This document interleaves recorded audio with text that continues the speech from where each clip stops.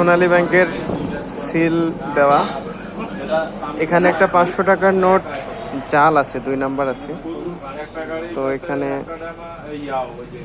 সহজে কেউ খুঁজে পাবে না, খুব সহজ, আবার এত কঠিনও না খুঁজে বের করে। দেখেন সাইড থেকে দেখলে সব টাকার মধ্যে দেখেন একটা একটু বেশি চকচকে, এবং সাইডগুলা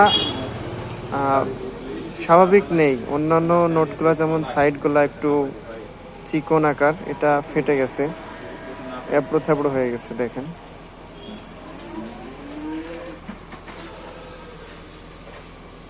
এটা হচ্ছে সেই জাল টাকা, জাল নোট।